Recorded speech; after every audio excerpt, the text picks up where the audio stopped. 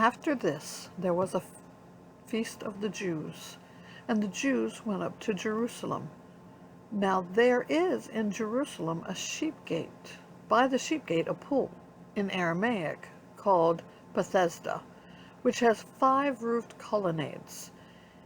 In these lay a multitude of invalids, blind, lame, and paralyzed.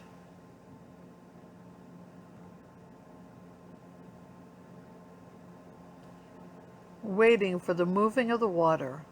For an angel of the Lord went down at certain seasons into the pool and stirred the water. Whoever stepped in first after the stirring of the water was healed of whatever disease he had.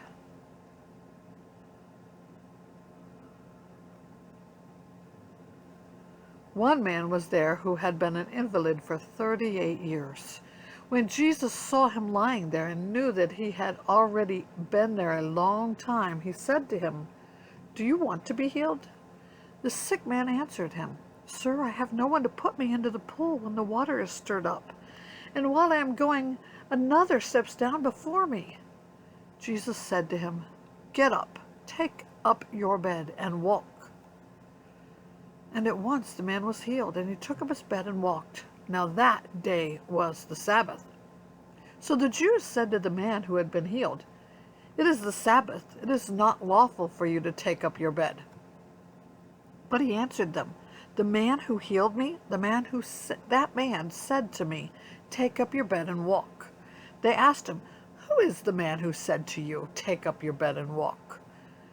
Now the man who had been healed did not know who it was, for Jesus had withdrawn, and there was a crowd in the place. Afterward, Jesus found him in the temple and said to him, "See, you are well. Sin no more, that nothing worse may happen to you." That man went away and told the Jews that it was Jesus who had healed him. And this was why the Jews were persecuting Jesus, because he was doing these things on the Sabbath. But Jesus answered them, "My Father is working until now, and I am working." This was why the Jews are seeking all the more to kill him, because not only was he breaking the Sabbath, but he was even calling God his own Father, making himself equal with God. So Jesus said to them, "Truly, truly, I say to you, the Son can do nothing of his own accord, but only what he sees the Father doing. For whatever the Father does, that the Son does likewise. For the Father loves the Son and shows him all that he himself is doing, and greater works than these will he show him, so that you may marvel. For as the Father raises the dead and gives them life, so also the Son gives life to whom he will. For the Father judges no one, but has given all judgment to the Son, that all may honor the Son, just as they honor the Father. Whoever does not honor the Son does not honor the Father who sent him. Truly, truly, I say to you, whoever hears my word and believes him who sent me has eternal life. He does not come into judgment, but has passed from death to life. Truly, truly, I say to you, an hour is coming, and is now here, when the dead will hear the voice of the Son of God, and those who hear will live.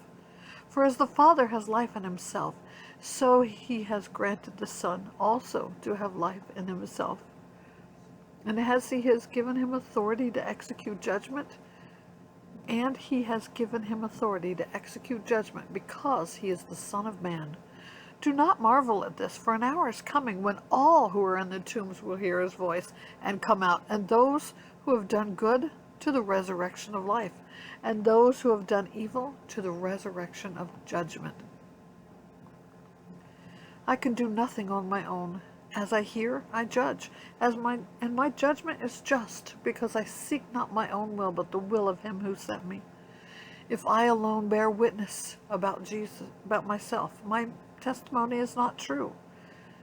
There is another who bears witness about me, and I know that the testimony he bears about me is true. You sent to John, and he has borne witness to the truth. Not that the testimony that I receive is from man, but I say these things so that you may be saved.